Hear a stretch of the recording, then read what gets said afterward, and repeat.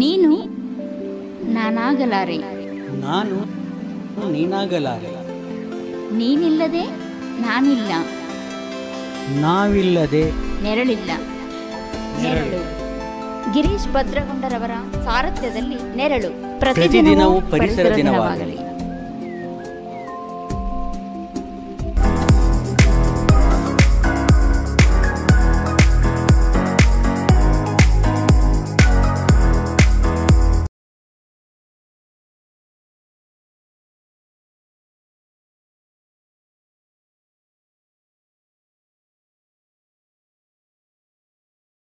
ನಮಸ್ಕಾರ, ನಾನು ಪ್ರೇಮಾನಂದ್ ಬಿರಾದಾರ.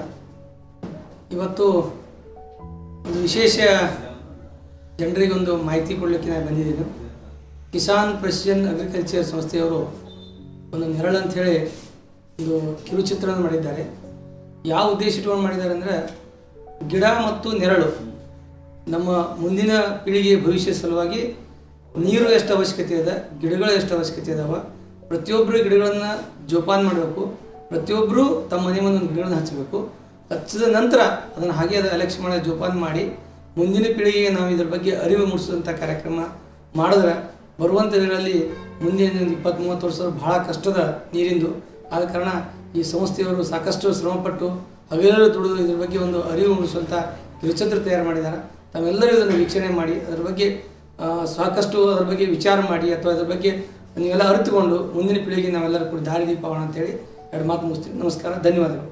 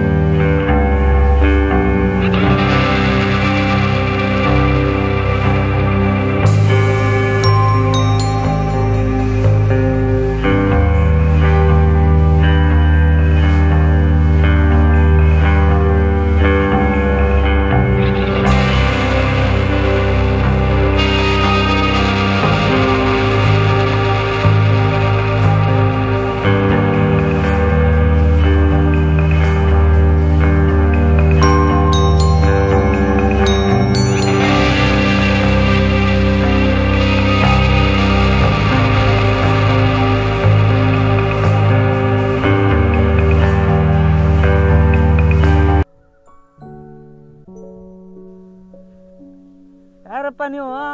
ಯಾವ ಊರು ನಿಮ್ದು? ದಾವಣಗೆರೆ ರೀ. ದಾವಣಗೆರೆ. ಬೋರ್ಡ್ ನೋಡಿರಲ್ಲ ಅಲ್ಲಿ? ಹಾಂ, ಬೋರ್ಡ್ ನೋಡಿದೆವು. ಅದೇನೋ ಬೋರ್ಡ್ ಹಾಕಿರಲ್ಲ, ಏನು ಗುರ್ತಾಲಿಲ್ಲ ನಮಗೆ. ಸುತ್ತಮುತ್ತ ಎಲ್ಲಿ ಒಂದು ಗಿಡನೂ ಇಲ್ರಿ. ಇದನ್ನ 10 ವರ್ಷದಿಂದ ನಾ ಬೆಳೆಸೀನಿ.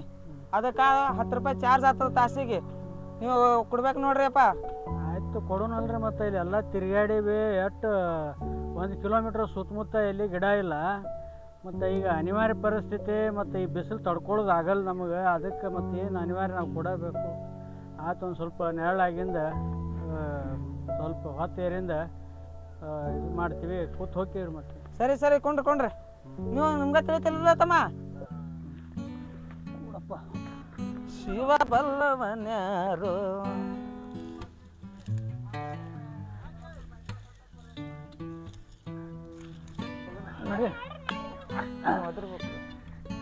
ಹಾ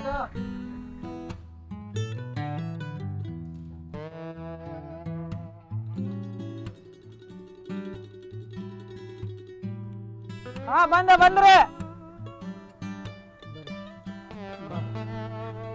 ಹಾ ಹೊಂಟ್ರಿ. ಹಾ ನಿಮ್ದು 2 ತಾಸು ಆಗ್ಯದ, 40 ರೂಪಾಯಿ ಕೊಡ್ರಿ.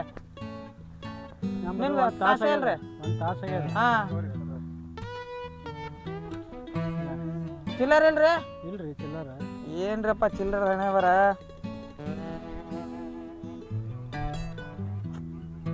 ಕಡಿಮೆ ತೋರಿ.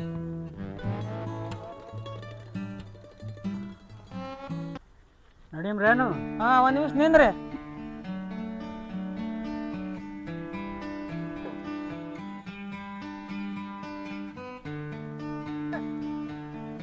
ನೋಡ್ರಿ ಸರ, ನೀವು ಕುಂತಿರಲ್ಲ ಆ ನೆಳಿಗೆ ನಾನು ನಿಮ್ ಕಡೆ ರೊಕ್ಕ ತೊಗೊಂಡಿಲ್ಲ. ಈ ಗಿಡಕ್ಕ ಚಾರ್ಜ್ ಮಾಡಿ ನೋಡ್ರಿ. ಹಾ ತೋರಿ ಅಣ್ಣ, ನಿಮಗ ನೆರಳು ಬೇಕಂದ್ರ ಗಿಡ ನೀಡ್ರಿ, ಒಳ್ಳೇದಾಗಿ. ಕೊಂಡ್ರಿ.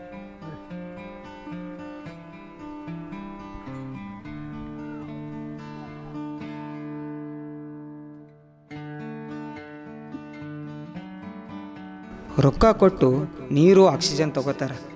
ಈಗ ನೆರಳಿಗೆ ರೊಕ್ಕ ಕೇಳಿದ್ರೆ ಮುಖ ಸಪ್ಪು ಮಾಡ್ತಾರೆ.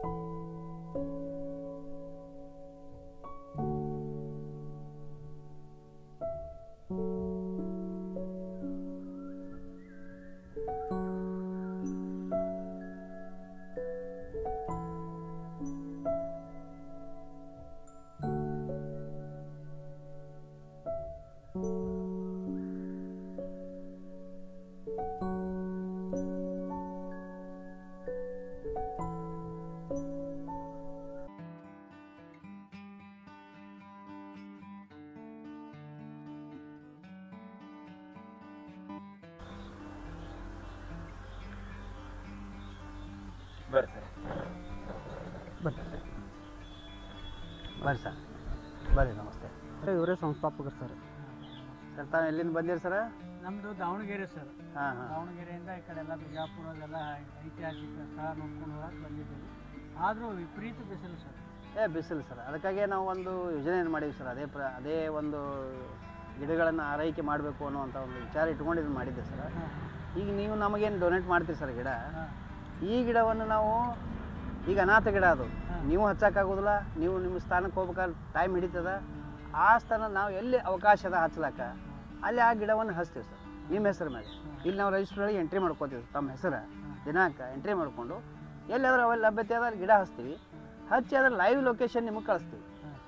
ಆಮೇಲೆ ಒಂದು ಗಿಡ ಅದು ಸುಮಾರು 5 ವರ್ಷ ನಾವು ಮೇಂಟೆನೆನ್ಸ್ ಮಾಡಿಸ್ಬೇಕಾಗ್ತದೆ ಸರ್. 5 ವರ್ಷ ನಿರಂತರ ಅದಕ್ಕೆ ಆರೈಕೆ, ನೀರು ವ್ಯವಸ್ಥೆ ಮಾಡ್ಬೇಕಾಗ್ತದೆ. ಅದರದ್ದು ವೆಚ್ಚವನ್ನು ನೀವೇ ಭರಿಸ್ಬೇಕಾಗ್ತದೆ. ಅದಕ್ಕಾಗಿ ನಾವೇನು ಮಾಡ್ತೀವಿ ಸರ್, ನೀವೊಂದು ಗೂಗಲ್ ಪೇ ಮುಖಾಂತರ ನೀವು ಅದನ್ನು ಅಮೌಂಟ್ ತುಂಬಿದ್ರಿ ಅಂದ್ರೆ ಆ ಗಿಡದ ಆರೈಕೆ ನಿಮ್ಮ ಹೆಸರು ಮ್ಯಾಗ ಅದು ಆಗ್ತದೆ. ಅಂದರೆ ಅನಾಥ ಗಿಡಗಳನ್ನು ಎಲ್ಲೇ ಇದ್ದರೂ ರಕ್ಷಣೆ ಮಾಡುವಂಥ ಒಂದು ಯೋಜನೆ ಇಟ್ಟುಕೊಂಡು ಈ ಒಂದು ಆಶ್ರಮವನ್ನು ನಾವು ಪ್ರಾರಂಭ ಮಾಡಿದ್ದೀವಿ ಸರ್. ಇದು ಈ ವಿಚಾರ ಐತಿ ಸರ್ ನಮ್ಮದು. ಒಳ್ಳೆಯ ಯೋಜನೆ ಸರ್. ಯಾಕಂದ್ರೆ ಈಗ ನಾವಿಲ್ಲಿ ಬಿಸಿಲಲ್ಲಿ ಸಾಕಷ್ಟು ಕಷ್ಟಪಡ್ತಾ ಇದ್ದೀವಿ. ನಮಗೆ ಬಿಸಿಲಲ್ಲಿ ನೆರಳು ಹುಡ್ಕೊಂಡೇ ನಾವು 1 ಕಿಲೋಮೀಟ್ರ್ ಅಲ್ಲಾಡಿದ್ದೀವಿ. ಅಂಥ ಒಂದು ಸಂದರ್ಭದಲ್ಲಿ ನೀವು ಇಂಥ ಒಂದು ಯೋಜನೆ ಅನಾಥ ಗಿಡಗಳನ್ನು ಬಳಸ್ತಾ ಇದ್ದೀರಿ ಅಂದರೆ ಒಂದು ಒಳ್ಳೆಯ ಸಂತೋಷದ ವಿಷಯ. ಅದಕ್ಕೆ ನಾವು ಗಿಡ ತಂದಿದ್ದೀವಿ. ಅದಕ್ಕೆ ಆ ಗಿಡವನ್ನು ನೀವು ಎಲ್ಲಿ ಆಯ್ತು ಸರ್, ತಮ್ಮ ಹೆಸರು ನಾವಿಲ್ಲಿ ನೋಂದಣಿ ಮಾಡಿಕೊಂಡು ಈ ದಿನಾಂಕದ ನೋಂದಣಿ ಮಾಡಿಕೊಂಡು ಆ ಗಿಡದ ಆರೈಕೆ ನಾವು ಮಾಡ್ತೀವಿ. ಇದೇ ಥರ ಸರ್ ಇದ್ರ ಉದ್ದೇಶ ಇಷ್ಟೇ, ನೀವು ಈ ಗಿಡಗಳನ್ನು ಇದು ಒಂದು ಜೀವ ಅಂತ ತಿಳ್ಕೊಬೇಕು. ಈಗ ನೀವು ಕೊಟ್ಟಿದ್ದನ್ನು ಬಿಸಾಕಲಿಲ್ಲ, ತಂದು ಕೊಟ್ರಿ ಇಲ್ಲಿ ಅಂದರೆ ಇದು ಒಂದು ಜೀವ ಅದ, ಆ ಜೀವ ಬೆಳೆದು ದೊಡ್ಡದಾಗಬೇಕು, ಸಮಾಜಕ್ಕೆ ಅರ್ಪಣೆ ಆಗಬೇಕು ಅನ್ನುವಂಥ ಪ್ರಜ್ಞೆ ಪ್ರತಿಯೊಬ್ಬರಲ್ಲಿಯೂ ಬರಲಿ ಅನ್ನುವಂಥ ಒಂದು ಉದ್ದೇಶ. ಈಗ ಉಚಿತವಾಗಿ ಮಾಡಿದರೆ ಅದಕ್ಕೆ ಮಹತ್ವ ಬರೋದಿಲ್ಲ ಅನ್ನೋ ಕಾರಣಕ್ಕಾಗಿ ಒಂದಷ್ಟು ಶುಲ್ಕ, ನಿರ್ವಹಣಾ ಶುಲ್ಕ ಅಂತೇಳಿ ನಾವು ಈ ಒಂದು ಉದ್ದೇಶಕ್ಕಾಗಿ ಈ ರೀತಿ ಮಾಡ್ತೀವಿ ಸರ್. ಪ್ರತಿಯೊಬ್ಬರೂ ಪರಿಸರದ ಬಗ್ಗೆ ಕಾಳಜಿ ಬೇಕು. ಒಂದು ಮರ, ಒಂದು ಪಶು, ಒಂದು ಪಕ್ಷಿ, ಪ್ರತಿಯೊಂದನ್ನು ರಕ್ಷಣೆ ಮಾಡಬೇಕು, ನನ್ನ ಕರ್ತವ್ಯ ಅನ್ನುವಂಥ ಜವಾಬ್ದಾರಿ ಎಲ್ಲರಲ್ಲಿ ಬರಲಿ ಅನ್ನುವಂಥ ಒಂದು ವಿಚಾರ ಇಟ್ಕೊಂಡು ಇದನ್ನೊಂದು ಉದ್ದೇಶ ಮಾಡಾಕತ್ತೀವಿ ಸರ್. ತಮ್ಮ ಸಾರ್ವಜನಿಕರದು ಎಲ್ಲರದು ಸಹಕಾರ ಇದಕ್ಕೆ ಭಾಳ ಅಗತ್ಯ ಅದ ಸರ್. ಸರ್ ಇದು ಒಂದು ಒಳ್ಳೆಯ ನಿರ್ಧಾರ. ನಾನು ಎಲ್ಲಿ ಕೇಳಿಲ್ಲ. ಅನಾಥಾಶ್ರಮಗಳನ್ನು ಕೇಳಿದ್ದೇನೆ, ವೃದ್ಧಾಶ್ರಮಗಳನ್ನು ಕೇಳಿದ್ದೇನೆ, ಅನಾಥ ಮಕ್ಕಳ ಅನಾಥಾಶ್ರಮ ಕೇಳಿದ್ದೇನೆ. ಬಟ್ ಅನಾಥ ಗಿಡಗಳನ್ನು ಬೆಳೆಸತಕ್ಕಂಥ ಅನಾಥಾಶ್ರಮ ನಾನು ಕೇಳ್ತಾ ಇರೋದು ಇದೇ ಮೊದಲ ಬಾರಿಗೆ. ಬಟ್ ಇದು ಒಳ್ಳೆಯ ಸಂದೇಶ. ಯಾಕಂದ್ರೆ ಈ ಥರ ಎಲ್ಲ ಕಡೆ ನಾವು ಗಿಡಗಳನ್ನು ನೆಡೋದ್ರಿಂದ, ಅನಾಥ ಗಿಡಗಳನ್ನು ಬೆಳೆಸೋದ್ರಿಂದ ಎಲ್ಲರಿಗೂ ಒಂದು ಅವೇರ್ನೆಸ್ ಬಂದು ಒಂದು ಪರಿಸರ ಜಾಗೃತಿ ಆಗ್ತದೆ ಅಂತ ಹೇಳಿ ಅದಕ್ಕೆ ನಾವು ಈ ಗಿಡವನ್ನು ನಿಮಗೆ ಮತ್ತು ಇನ್ನೊಂದು ಸರ ಒಂದು ಗಿಡ ಇಷ್ಟು ಸಸಿ ತಯಾರಾಗಬೇಕಾದ್ರೆ ಸಂಬಂಧಪಟ್ಟಂಥ ಅರಣ್ಯ ಇಲಾಖೆ ಇರ್ಬೋದು ಅಥವಾ ಯಾರು ಖಾಸಗಿ ವ್ಯಕ್ತಿಗಳಿರ್ಬೋದು ಸುಮಾರು ಒಂದು 7-8 ತಿಂಗಳಿಂದ ಶ್ರಮ ವಹಿಸ್ತಾರೆ ಸರ್. ನಿರಂತರ ಶ್ರಮ ಹಾಕ್ತಾರೆ. ಅದಕ್ಕೆ ಎಲ್ಲ ಥರದ ಖರ್ಚು ವೆಚ್ಚಗಳಿರ್ತಾವೆ. ಉಚಿತವಾಗಿ ಅಂತಂದ್ರೆ ಅದಕ್ಕೆ ಬೆಲೆ ಬರಲ್ಲ. ಅದನ್ನು ನೆರಳು ಆಗಬೇಕು ಅನ್ನುವಂಥ ಉದ್ದೇಶಕ್ಕೆ ಎಲ್ಲರ ಪಟ್ಟಂಥ ಶ್ರಮ ಸಾರ್ಥಕ ಆಗ್ಬೇಕಾದ್ರೆ ಅದನ್ನು ಬೆಳೆಸಬೇಕು ಅನ್ನೋದು ಒಂದು ಉದ್ದೇಶ ಸರ್. ಈ ಒಂದು ಉದ್ದೇಶ ಮ್ಯಾಗ ಇಲ್ಲೆಲ್ಲ ಸೇವೆಯ ಮನೋಭಾವ ಇಟ್ಕೊಂಡಿರ್ತಕ್ಕಂಥ ಸಾಕಷ್ಟು ಜನ ಕಾರ್ಯಕರ್ತರದಾರ, ಅವರು ಮಾಡ್ತಾರೆ. ಇದ್ರ ಪ್ರೇರಣೆ ಪಡೆದಂಥ ವ್ಯಕ್ತಿಗಳು ಹೊರಗದಾರ, ಅವರು ಮಾಡ್ತಿರ್ತಾರೆ. ಎಲ್ಲರೂ ಕೂಡಿ ಒಟ್ಟಾರೆ ಸಮಾಜಕ್ಕಾಗಿ ಒಂದು ಹಸಿರು ಬೆಳೆಸೋದು, ನಾಡು ಉಳಿಸೋದು ನಮ್ಮ ಉದ್ದೇಶ. ನಾವು ಪ್ರಕೃತಿ ಭಾಗ ಆಗಿರೋದ್ರಿಂದ ಇದಕ್ಕೆ ನಾವು ಒಂದು ಭಾಗ, ಜೀವನದ ಒಂದು ಭಾಗ ತಿಳ್ಕೊಂಡು ಮಾಡಬೇಕು ಅನ್ನುವಂಥ ಒಂದು ಕಾನ್ಸೆಪ್ಟ್. ಇನ್ನೊಂದು ಬರಬೇಕಾದ್ರೆ ಇನ್ನೊಂದು ತೋಲ್ ನೋಡಿದೇವಿ, ನನ್ನ ಗಿಡ ನನ್ನ ಭೂಮಿ ಅಂತಂತ ಹೇಳಿ. ಗಿಡ ನಂದು, ಭೂಮಿನೂ ನಂದು ಅಂತಂದ್ರೆ ಎಲ್ಲನೂ ನಮ್ಮದು ವಸ್ತುವನ್ನ ನಾವು ಯಾವ ಥರ ಜೋಪಾನವಾಗಿ ಕಾಪಾಡ್ಕೊತೀವಲ್ಲ ಹಂಗೆ ಕಾಪಾಡ್ಕೊಂಡು ಹೋದ್ರೆ ಪರಿಸರ ನಾವು ಉಳಿಸ್ಬೋದು, ಬೆಳೆಸ್ಬೋದು. ಆಮೇಲೆ ಮುಂದಿನ ಪೀಳಿಗೆ ಒಳ್ಳೆಯ ವಾತಾವರಣ ಕೊಟ್ಟು ಹೋಗ್ಬೋದು ಅನ್ನೋದು ಒಂದು ಸಂದೇಶ. ಬಿಜಾಪುರದಲ್ಲಿ ಭಾಳ ಕೇಳ್ತಾ ಇದ್ದೀನಿ ಸರ್. ನನ್ನ ಗಿಡ ನನ್ನ ಭೂಮಿ ಭಾಳ ಸಾಕಷ್ಟು ಕೆಲಸ ಮಾಡ್ತಾ ಇದೆ. ಆಮೇಲೆ ಸಾಕಷ್ಟು ಗಿಡ ಮರಗಳು ನೆಡ್ತಾ ಇದೆ. ಪರಿಸರ ಬಗ್ಗೆ ಸಾಕಷ್ಟು ಆಸಕ್ತಿ ಇದೆ. ಅದರ ಜೊತೆಗೆ ಈ ಥರದ ಅನಾಥಾಶ್ರಮ, ಅನಾಥ ಗಿಡಗಳನ್ನು ಬೆಳೆಸೋ ಅನಾಥಾಶ್ರಮ, ನನ್ನ ಗಿಡ ನನ್ನ ಭೂಮಿ, ಈ ಥರದ್ದು ಸಾಕಷ್ಟು ಒಲವಿದೆ. ಅದಕ್ಕೆ ನಮಗೆ ಬರಬೇಕಾದ್ರೆ ಈ ಗಿಡನ ಎಲ್ಲಿ ಕೊಡಬೇಕಪ್ಪ, ಏನು ಮಾಡಬೇಕು, ಈ ಗಿಡನ ನಾವು ಕಾರಲ್ಲಿ ಹೋಗ್ಬೇಕಾದ್ರೆ ಎಷ್ಟೋ ದಿವಸ ಯಾವಾಗ ಹೋಗಿ ಊರಿಗೆ ಮುಟ್ತು ಗುರ್ತಿಲ್ಲ. ಅದಕ್ಕೆ ಒಣಗಿ ಹೋಗ್ತಲ್ಲ ತಿಳ್ಕೊಂಡು ಇದೊಂದು ಒಳ್ಳೆಯ ಸದುವಕಾಶ ಸಿಕ್ತು. ಅದಕ್ಕೆ ಈ ಗಿಡ ನಿಮ್ಮಲ್ಲಿ ಬಳಸ್ರಿ ಅಂತ. ಎಸ್ ಸರ್, ನಾವಂತೂ ಹಚ್ತೀವಿ. ಇದನ್ನ ನಮಗೆ ಕೊಟ್ರಿ. ಆದರೂ ನೀವು ಪ್ರಯತ್ನ ಪಟ್ಟು ಒಂದು ನಿಮ್ಮ ಸ್ಥಳದೊಳಗೆ ಇನ್ನೊಂದು ಗಿಡ ತಗೊಂಡು ನೀವು ಅದನ್ನ ಆರೈಕೆ ಮಾಡೋದು ಅದು ನಿಮ್ಮದ ಕರ್ತವ್ಯ ರೀತಿ ಒಳಗೆ ಮಾಡ್ರಿ ಅನ್ನುವಂಥದ್ದು ನಮ್ದು ಒಂದು ಸಂದೇಶ ನಿಮಗೆ. ಎಸ್ ಸರ್, ಖಂಡಿತ. ಇದ್ರದ್ದೇನು ಚಾರ್ಜ್ ಅದ ಅದು ನಾವು ನಿಮಗೆ ಎಸ್ ಸರ್. ಹಾಂ, ಅದಕ್ಕೆ ನೋಡಿ ಸರ್, ಒಂದು ವರ್ಷನೊಳಗೆ ಸುಮಾರು ಒಂದು 4 ತಿಂಗಳು ಇದಕ್ಕೆ ನೀರು ಹಾಕ್ಬೇಕಾಗ್ತದೆ. ಮಳೆಗಾಲವನ್ನು ಬಿಟ್ಟು ಆ 4 ತಿಂಗಳ ನೀರಿನ ಖರ್ಚು, ಒಂದಷ್ಟು ಗೊಬ್ಬರ, ನಿರ್ವಹಣೆ ಖರ್ಚು, ಒಂದಿಷ್ಟು ನಾಮಿನಲ್ ಖರ್ಚು ಇರ್ತದೆ. ಆ ಖರ್ಚನ್ನು ನೀವು ಭರಿಸಿದ್ರೆ ಆ ಗಿಡದ ಬೆಳವಣಿಗೆಯನ್ನು ಲೈವ್ ಲೊಕೇಶನ್ದಾಗ ನೀವು GPS ಮುಖಾಂತರ ನೋಡ್ಬೋದು. ನೀವು ಆ ಗಿಡದ ಬೆಳವಣಿಗೆಯನ್ನು. ಖಂಡಿತ ಇದು ನಮ್ಮ ಒಂದು ಕಾನ್ಸೆಪ್ಟ್ ಸರ್. ಖಂಡಿತ ಸರ್. ಇದನ್ನು ನೀವು ಎಲ್ಲಿ ಇದನ್ನು ಮಾಡ್ತೀರಿ ಮಾಡಿ ಸರ್. ನಮ್ಮದು ಮತ್ತೆ ಮುಂದೆ ಪ್ರಯಾಣ ಐತಿ, ನಾವು ಇದನ್ನು ಮಾಡ್ತೀವಿ. ಇದನ್ನೊಂದು ತಮ್ಮ ಹೆಸರೊಂದು, ತಮ್ಮದು ಮೊಬೈಲ್ ನಂಬರ್ ಒಂದು ಕೊಡಿ ಸರ್. ಗಿರೀಶ್ ಬದ್ರಿಗೊಂಡ ಅಂತ ಸರ್. ಹಾಂ, ಮೂಲತಃ ದಾವಣಗೆರೆ. Mobile number 9902133996. ಈ ನಂಬರಿಗೆ ನಿಮ್ಗೆ ಸಂಪರ್ಕ ನಿರಂತರ ನಮ್ದು ಇರ್ತದೆ ಈ ಗಿಡಕ್ಕೆ ಸಂಬಂಧಪಟ್ಟಾಗ ಸರ್. ಖಂಡಿತ ನಾವಿನ್ನು ಹೊರಡೋಣ ಸರ್. ಬರ್ರಿ ಸರ್. ತಮ್ಮ ಪ್ರಕೃತಿ ಒಂದು ಪ್ರೇಮಕ್ಕೆ ಧನ್ಯವಾದಗಳು ಸರ್, ಅಭಿನಂದನೆಗಳು. ಇದನ್ನ ಸಂದೇಶ ಹಂಗೆ ಸಾರ್ರಿ, ಸಮಾಜಕ್ಕೆ ಇದನ್ನೊಂದು ಸಂದೇಶ ಕೊಡ್ರಿ ಅನ್ನುವಂಥದ್ದು ನಮ್ಮ ವಿಚಾರ ಸರ್. ಎಸ್ ಸರ್, ಧನ್ಯವಾದ ಸರ್.